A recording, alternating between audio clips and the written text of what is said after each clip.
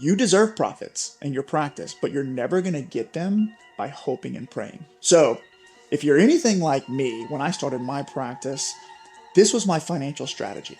Work harder than anybody else would. Treat my patients as good or as better than anybody else would, and then check the bank account at the end of the month and pray that there was a little bit of money left over to pay myself and to pay my team.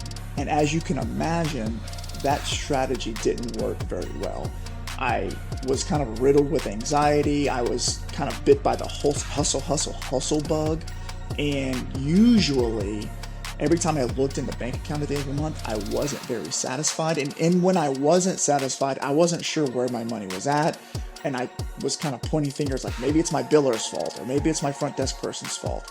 But I didn't really know where my money was. And so here are a few tips that you can use to change that scenario, so to put you in the driver's seat of your finances, to have more control over how much money you have at the end of the month. So tip number one is to objectify it. Financials are a math equation.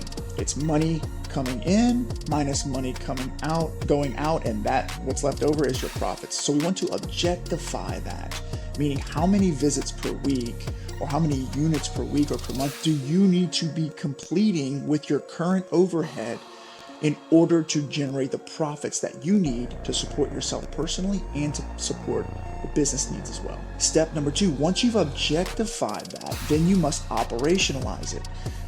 The truth is you're probably not delivering care in a financially responsible way. So you must operationalize what you objectify, meaning maybe you have to manage productivity expectations with your clinicians. Maybe you have to manage some over-the-counter collections policies and procedures with your front desk person. Maybe you need to have a biller meeting so that you can keep up with your AR and your denial rates. But if you start objectifying these things and then you operationalize profits, you'll start to see money end up in your bank account. And then number three is demand it. Just because you put it on paper doesn't mean that things aren't going to want to slip through the cracks. It's going to take time for your team to transition to the new operations, and you must demand it. You must hold the line and expect profitability and efficiency with your team. So if you objectify, operationalize, and demand at the end of the month, I promise you that will put you in a seat of power so that you can create the profits and the possibility that you need inside your practice. Follow me if you want to make more money in your private practice.